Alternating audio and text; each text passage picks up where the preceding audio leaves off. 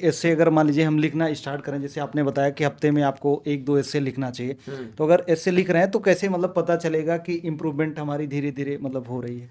देखिए सुनिए, ऐसे लिखना इतना आसान है, इतना आसान है, बहुत ज़्यादा आसान है। पहले मुझे भी बहुत ज़्यादा हार्ड लगता था। अब ऐसे आसान लिखना क्यों है? हो सकता है इस पे भी कुछ लोग नेगेटिव कमेंट करेंगे कि लोग सेलेक्ट होने के बाद तो बहुत सारी चीज़ें करते हैं। देखिए, जब भी आप ऐसे लिखना बैठें तो आप ज़्यादा कुछ भी ना सोचें। आप बहुत आसान भाषा में उससे संबंधित कोई भी कहानी सोचें।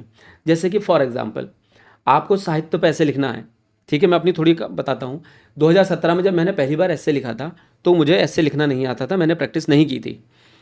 जब मैं ऐसे लिखने के लिए बैठा तो साहित्य पर ऐसे लिखना था मुझे। मैं साइंस बैकग्राउंड का स्टूडेंट रहा हूँ, साहित्य के बारे में ज़्यादा जानकारी भी नहीं थी, लेकिन मैं थोड़ी देर सोचने लगा तो सोचते सोचते मेरे दिमाग में आया, मैंने कहानी बना के उसमें लिखी। वो कैसे लिखी कि एक दिन की बात है, मैं लखनऊ स्टेशन पर उतरा।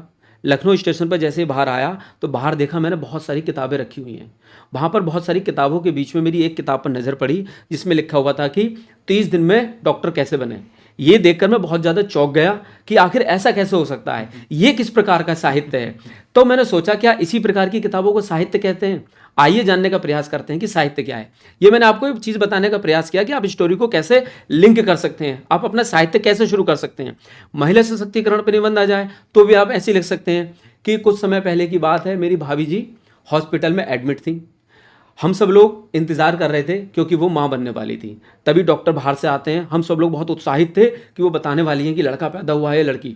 तभी डॉक्टर हमको आके बताते हैं कि लड़की पैदा हुई है। सभी लोगों के चेहरे निराशा से नीचे की ओर झुक गए। फिर मैं सोचने लगा कि आखिर लड़की के बारे में बताने के लिए इन सबके चेहरे निराशा से क्यों झुक गए? क्या लड़की पैदा होना पाप है? आइए हम बात करते हैं कि आखिर क्यों महिला सशक्तिकरण की आवश्यकता है। तो इस तरह से आप खुद कहानी बना के लिख सकते हैं। आपको कोटेशन याद करने की जरूरत भी नहीं पड़ेगी, आपको कहानी याद करने की जरूरत भी नहीं पड़ेगी। खुद इनोवेटिव चीजें लिखें। अगर आप इस तरह से ऐसे लिख कर आएंगे तो ऐसे पढ़ने वाला भी समझ जाएगा कि उसने किताब से रटा हुआ ऐसे नहीं लिखा है, खुद समझ कर लिखा है, और आपको नंबर भी अच्छे मिलेंगे। जब कोटेशन वगैरह की बात करें तो कहाँ से मतलब ये खोजना चाहिए, कहाँ से लिखना चाहिए? जैसे कि मैंने निशान जैन सर की बुक बताई है अभी, उसमें बहुत सारे कोटेशन दिए हुए हैं।